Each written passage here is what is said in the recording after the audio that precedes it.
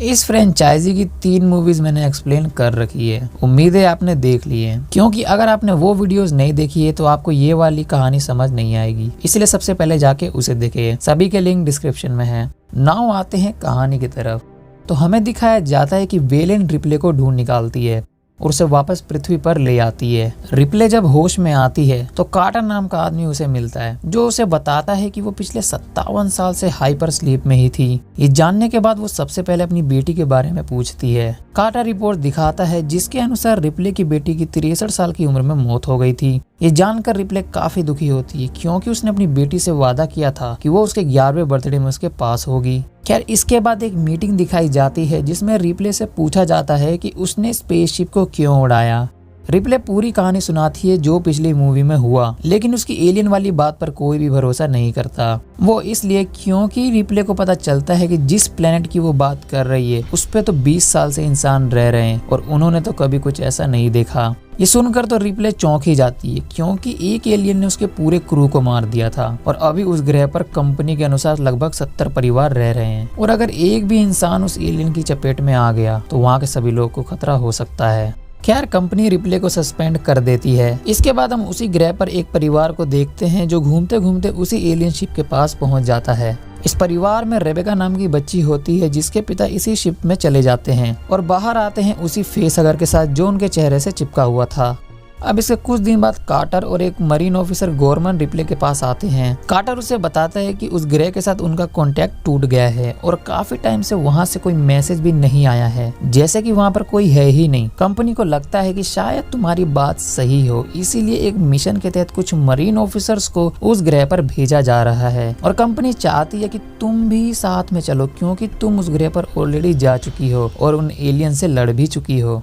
यहाँ रिप्ले मना कर देती है कि वो उस ग्रह पर वापस तो नहीं जाएगी, लेकिन इसके बाद हम देख पाते हैं कि रिप्ले को हर बार इन एलियंस के बुरे सपने आते रहते हैं, जिससे रिप्ले परेशान हो जाती है और वो जानती है कि इसका एक ही इलाज है कि वो उन एलियंस को खत्म होते देखे और इसके लिए उसे उस ग्रह पर जाना होगा। रिप्ले कार्टर से कांटेक्ट करती है और मिशन पर चलने के लिए हाँ कर देती है, लेकिन एक शर्त पे कि वो एज ए एडवाइजरी वहाँ पर जाएगी, ना कि एक सोल्जर के तहत लड़ने। इसके बाद कुछ क्रू मेंबर्स के साथ रिप्ले उस प्लेनेट पर पहुंच जाती है। हम देख पाते हैं कि कार्टर भी क्रू का हिस्सा होता है और साथ ही एक एंड्रॉइड रोबोट भी इनके साथ होता है जिसका नाम बिशप है। लेकिन जो ऐश ने उसके साथ किया था उसके बाद तो रिप्ले का भरोसा इन एंड्रॉइड यानी कि रोबोट्स पर है ही नहीं। खैर, यहाँ पहुंचने पर क्रू मेंबर्स को रिप्ले उन एलियंस की जानकारी देती है ताकि अगर उनका सामना उन एलियंस से होता है तो वो उनसे लड़ सके। जब ये कॉलोनी में पहुंचते हैं तो इन्हें कोई भी इंसान यहाँ नहीं दिखता, पर इन्हें 2 फेसहगर्स मिलते हैं जो एक ग्लास में कैद होते हैं। इन्हें देख के लग रहा होता है जैसे इन पे रिसर्च चल रही थी।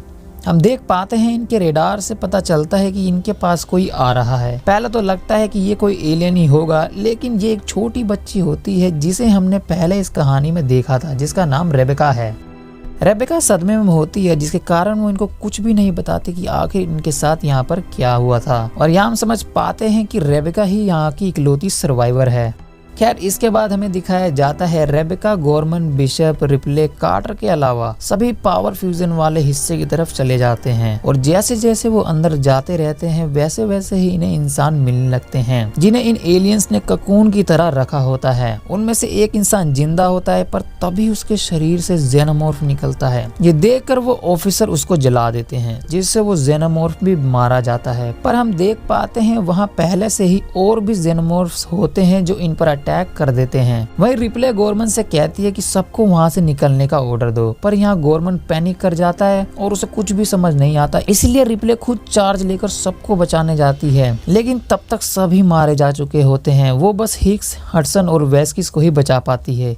रिप्ले और हिक्स फैसला करते हैं कि वो इस पूरे ग्रह को ही उड़ा देंगे, क्योंकि ये एलियंस अब पूरे ग्रह पर फैल चुके हैं।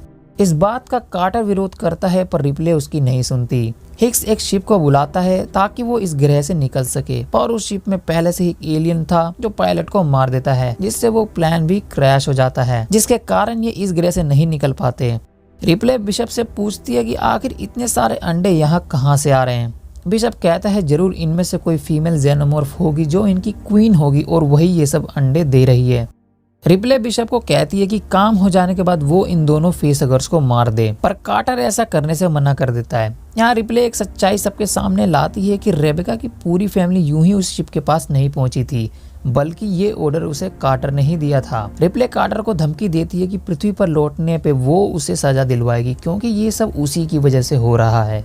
इसके बाद रिप्ले हिक्स के साथ प्लान बनाती है इस पूरी फैसिलिटी को ही उड़ाने का, जिसका धमाका किसी न्यूक्लियर बॉम्ब की तरह ही होगा। पर इसके लिए इन्हें यहाँ से पहले निकलना होगा। यहाँ से निकलने के लिए बिशप एक ड्रॉप शिप लेने चला जाता है। तब तक replay, Hicks, Hudson, वेस्किज in aliens को मारने का काम करने लगते हैं। इन सब के बाद रिप्ले रेबेका के पास जाती है। हम देख पाते हैं रिप्ले रेबेका का अपनी बेटी की तरह ही ख्याल रख रही होती है, और ये कहना गलत नहीं होगा कि रिप्ले को रेबेका के रूप में अपनी बेटी वापस मिल गई है। रेबेका रिप्ले सो चुके होते हैं। तभी एक आवाज सुन रिप्ले उठ जाती है। वो देखती है जिस ग्लास में वो दोनों फेसहगर्स थे वो नीचे गिरे हुए हैं, वो भी टूटे हुए हैं। इसका मतलब कि वो आजाद हो चुके हैं। एक तो रिप्ले पे अटैक भी कर देता है, पर रिप्ले यहाँ से निकलने की कोशिश करती है, पर दरवाजे लॉक्ड होते हैं। और ये काम किया होता है कार्टर ने, क्योंकि हम देख पाते हैं कि रिप्ले कैमरे के जरिए हेल्प मांग रही होती है। पर इससे पहले कि हिक्स की नजर उस पर पड़ती, कार्टर उस कैमरे को ही ऑफ कर देता है। अब हिक्स का ध्यान खींचने के लिए रिप्ले फायर अलार्म को ऑन कर देती है, और ये काम भी कर जाता है। हिक्स और बाकी आकर रिप्ले और रेबेका को बचा लेते हैं और उन दोनों फेसहगर्स को मार देते हैं। रिप्ले जानती है कि ये काम कार्टर का है। हडसन तो कार्टर को मारने जाता है, पर तभी इन पर पूरी जेनोमॉर्फ्स की गैंग अटैक कर देती है। कार्टर मौके का फायदा उठाकर इन्हें यहीं पर लॉक करके भाग जाता है, और यही उसकी सबसे बड़ी गलती साबित होती है, क्योंकि एक एलियन उसे मार देता है। इस अटैक में हडसन भी मारा जाता है, साथ ही वेस्किज और गोरमन भी मारे जाते हैं।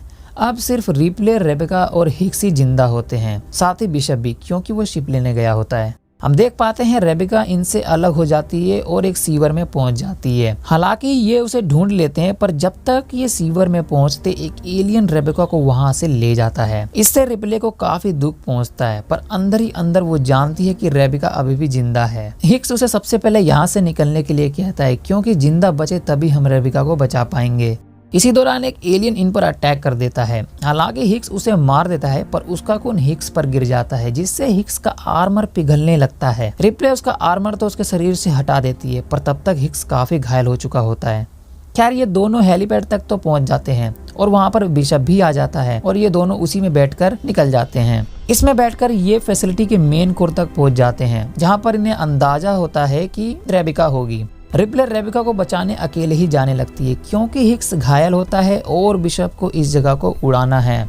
बिशप तो उसे जाने से मना करता है, पर रिप्ले फिर भी नहीं मानती और वो चली जाती है, और वो रेबेका को ढूंढ भी लेती है और तुरंत ही वहां से निकलने लगती है। पर उसी दौरान वो उस जगह पहुंच जाती है जहां पर वो फीमेल जेनोमॉर्फ होती है, यानी कि क्वीन, जो ये सारे अंडे दे रही है। यहाँ पर क्वीन उसे देख लेती है और बाकी जेनोमॉर्फ से उन पर अटैक करवाती है, पर यहाँ रिप्ले उसे धमकाती है कि अगर उसने ऐसा किया तो वो उन सारे अंडे को आग लगा देगी। क्वीन ये समझ जाती है, इसीलिए वो उस पर अटैक नहीं करती।